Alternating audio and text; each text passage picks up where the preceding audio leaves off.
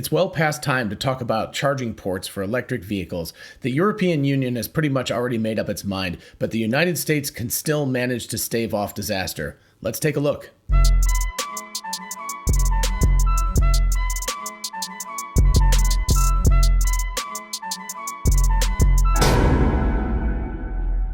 And for those of you interested in investing, check out WeBull, an amazing platform for buying and selling stocks, and now cryptocurrencies like Bitcoin, Dogecoin, and others.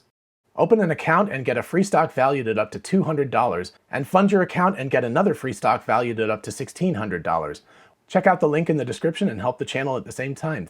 Hey y'all, it's Dr. Know-It-All. So I'm going to talk about charging standards and ports and things like that in just a moment, but I had a bunch of people ask me about this Tasmanian article today, and I just wanted to go over it. I am not a lawyer, so I'll just give you my unvarnished, real opinion. Anyway, Tesla not guilty in teenager's fatal crash in 2018, jury says. Now, that sounds reasonable, and we'll read the article a little bit quickly, but what people were really up in arms about was the fact that Tesla, even though it was only considered to be 1% at fault, and yes, there are actual percentages assigned to people in terms of how much fault there is in accidents and stuff. Even though they were only determined to be 1% at fault, they still owed over $10 million to the family of the person who actually caused this accident intentionally. So, reading the article, a jury on Monday found Tesla not guilty of a fatal crash that killed 2 teenagers. Responsibility for the crash is attributed to Barrett Riley and his father. That was the person who was driving the car. His father not being in the car, but I guess being found guilty because of the fact that he allowed his son to drive the car after his son had displayed reckless driving behavior previously. A federal jury in Florida sided with Tesla, finding the manufacturer was not at fault for causing the accident. The jury placed 90% of the blame for the crash on Barrett Riley, who was driving at 116 miles an hour, and I'm not sure, it's about 160 or 70 kilometers an hour, in a 25 mile an hour or 40 kilometer per hour speed limit zone when he lost control of the car. They also placed 9% of the blame on James Riley, the teen's father. Then there are details about the crash. Basically, he was going 5 times the legal speed limit, came up against a corner that he was going way too fast for, got out of control, went across multiple lanes of traffic, and hit another barrier. At which point the Tesla caught fire. Amazingly enough, there was an actual third passenger in the car who was thrown clear and actually survived the crash because he was not in the car when it caught fire. And I believe the reason the father was held partially guilty for this whole thing is that Riley had a history of driving too fast, including a previous 112 mile per hour speeding ticket 2 months before the fatal crash. And then we get to the part of the article that people were freaking out about. The jury also found Tesla negligent in the crash, placing 1% blame on the manufacturer and awarding the family $10.5 million. The company said that no car could have survived such a violent collision at high speed. And that, of course, has to be true. I mean, geez, you're looking at insane speeds, hitting walls, going across traffic, all sorts of things. And then the fact that the battery pack caught fire, it's a terrible tragedy. And if we think about this 1%, so if 1% guilt is $10 million, if you multiply that by 100, if Tesla was found 100% guilty, would they have been liable for $1 billion? That seems like that's kind of the range that we're looking at. So it seems a little bit insane. For those who haven't been involved in an accident in the US, they actually do assign blame in most states, obviously, including Florida, where basically they can say one person's responsible for 51% of the crash and therefore is, technically liable, and the other person is responsible for 49% of the crash, or one person's responsible for 100% of the crash and the other one's responsible for 0 or anything in between.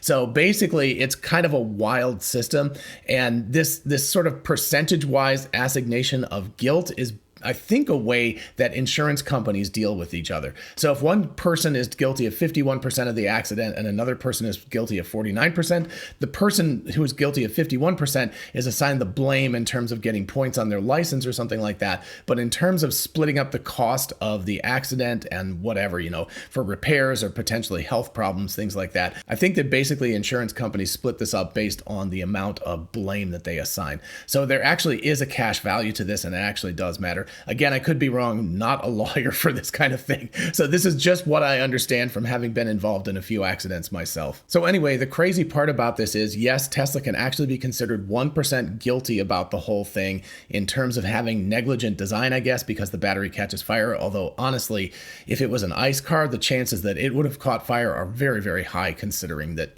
this was a terrible, terrible accident that happened. But anyway, the part that's really kind of outrageous is that Tesla owes $10 million for being 1% guilty. And that does seem fairly outrageous. I don't know if Tesla will appeal it or not.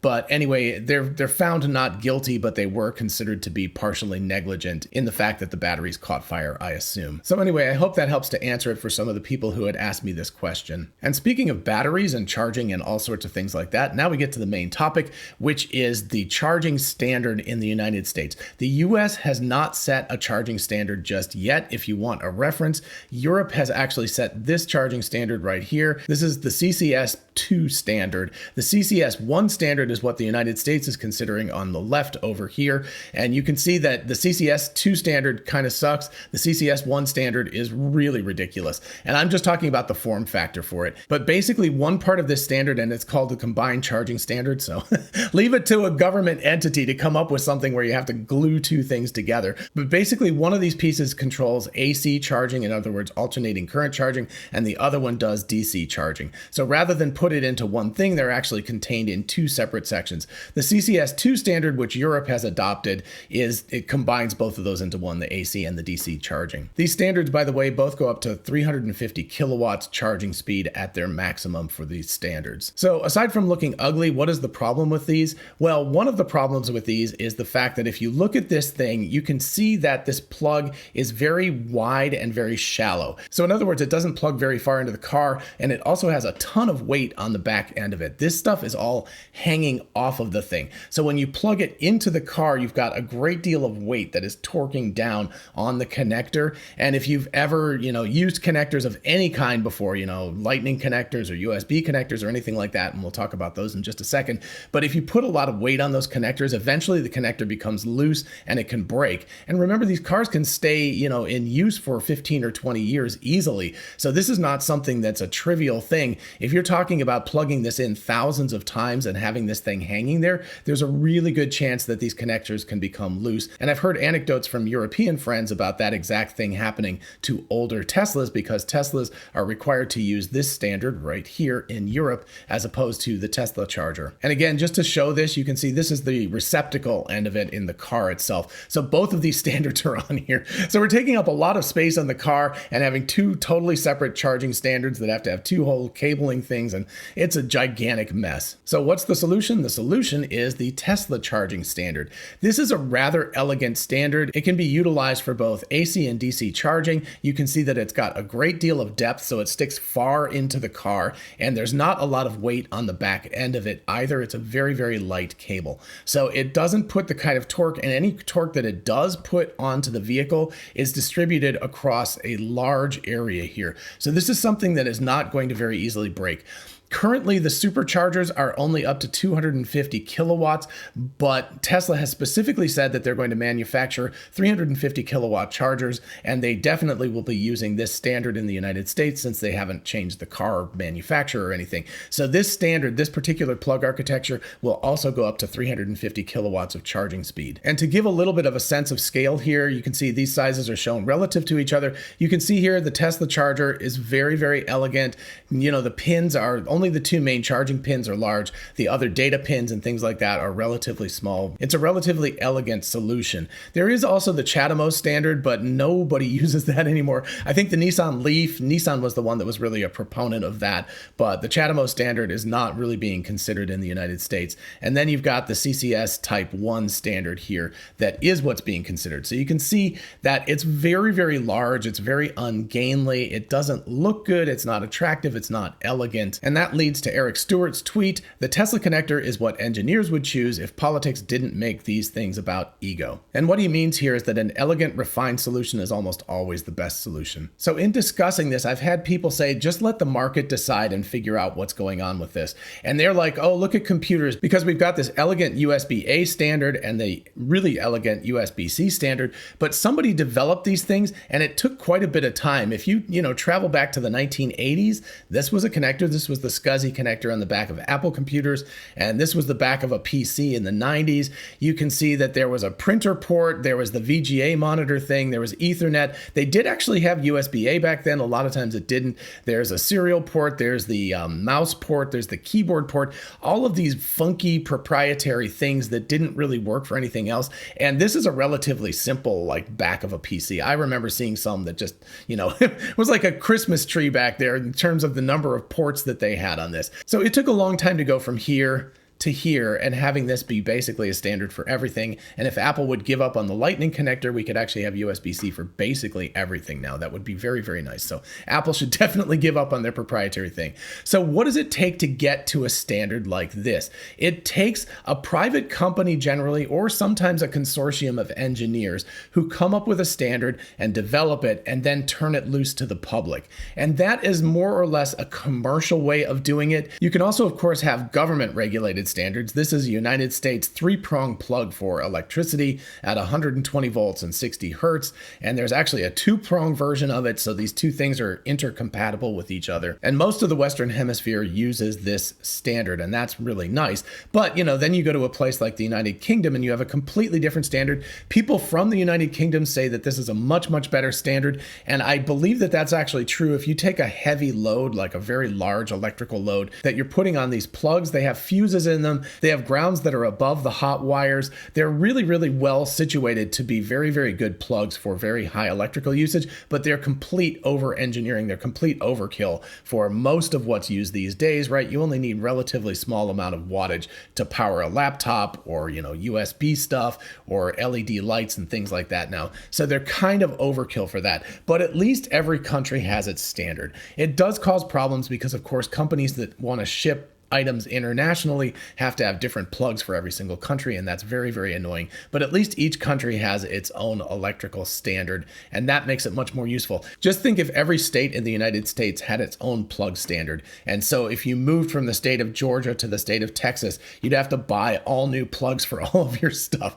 That would be super, super annoying. And that's kind of what's going on right now. It's a little bit of a wild world. There's only maybe like 4 standards for charging for battery electric vehicles, but the fact that the US hasn't decided on a single standard yet is a problem, and they do need to decide on something. The problem is that the government is about to decide on the wrong standard. So again, just as a reminder, this is what the US is thinking about using for a standard, and this is what Europe has already picked for a standard, and this is what they could be picking for a standard. So you can see when government gets involved in things, that elegance is really kind of thrown out the window for just kind of gluing everything together and calling it a standard. And one more thing to keep in mind here is remember that as opposed to like computer standards and things that can be recycled in 5 or 10 years because these have relatively short lifespans, a car lasts a really long time, like 10 or 15 or 20 years. And so it's more like an electrical plug standard than it is like a computer standard, because computers and phones and things like that are relatively disposable products and they only last a few years.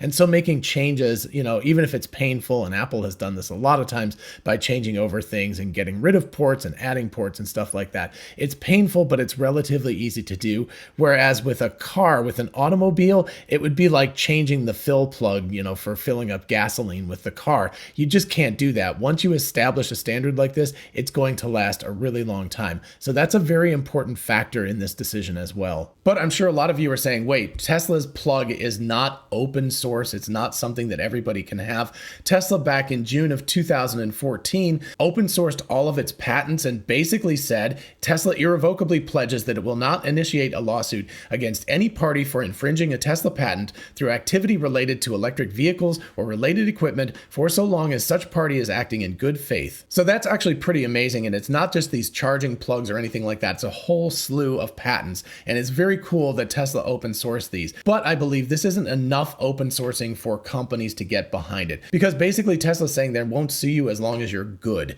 and using it properly. That's not going to make companies happy. And in addition, what are they going to call it? Are they going to say that they're using the Tesla connector on their Chevy Blazer or their Ford F-150 Lightning or something? They're not going to want to do that. So they would have to come up with some sort of acronym or some sort of name for this standard or something. And by the way, my patrons and me today on Discord came up with a bunch of acronyms, including things like MUSC. I think it was multiple use supercharging connector connector. So it would be Musk, it would spell Musk. So people would have to say they were using the Musk standard. And one was USA, and things got even crazier about that. But anyway, so we had a lot of fun with the acronyms. But in all seriousness, Tesla would really have to open source that patent and say, we give up all rights to this charging connector and we will call it something. I think a USA acronym would be kind of funny if you were using it in the USA, because basically if Congress decided to vote against it, people could say, hey, Congress is anti-USA, and that would not be good for them. So anyway, it'd be kind of amusing. I would find it interesting. But I think that in order for this to actually happen,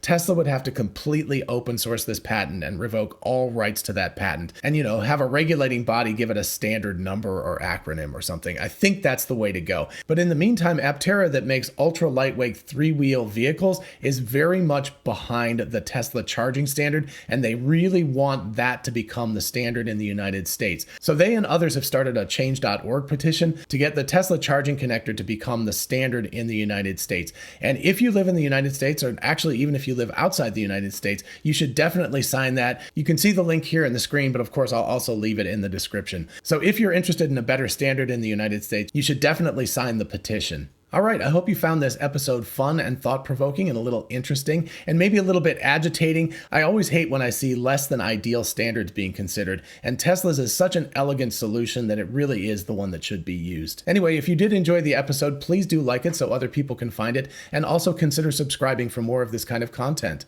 As always, a huge shout out to my patrons on Patreon, especially today. This was all kind of a thing that we've been discussing over the last couple of days, and it was a lot of fun talking through all this and even brainstorming acronyms. And of course, if you want to join the team, just check the link in the description. And if you're interested in a whole bunch of really cool merch, check out our merch store. Link is in the description. We have TeslaBot t-shirts, the Tesla meme t-shirt, Success is a Possible Outcome, 4680 battery cells. All of that stuff is on t-shirts, mugs, tumblers, and on. So check it out. And for those of you interested in investing, check out WeBull, an amazing platform for buying and selling stocks, and now cryptocurrencies like Bitcoin, Dogecoin, and others. Open an account and get a free stock valued at up to $200, and fund your account and get another free stock valued at up to $1,600. Check out the link in the description and help the channel at the same time. Thank you. And finally, don't forget we are both Tesla and Amazon affiliates. If you look in the description, you can see how going shopping for a solar roof, a power wall, or anything on Amazon helps out the channel. In the meantime, I'll see you in the next one. Bye-bye.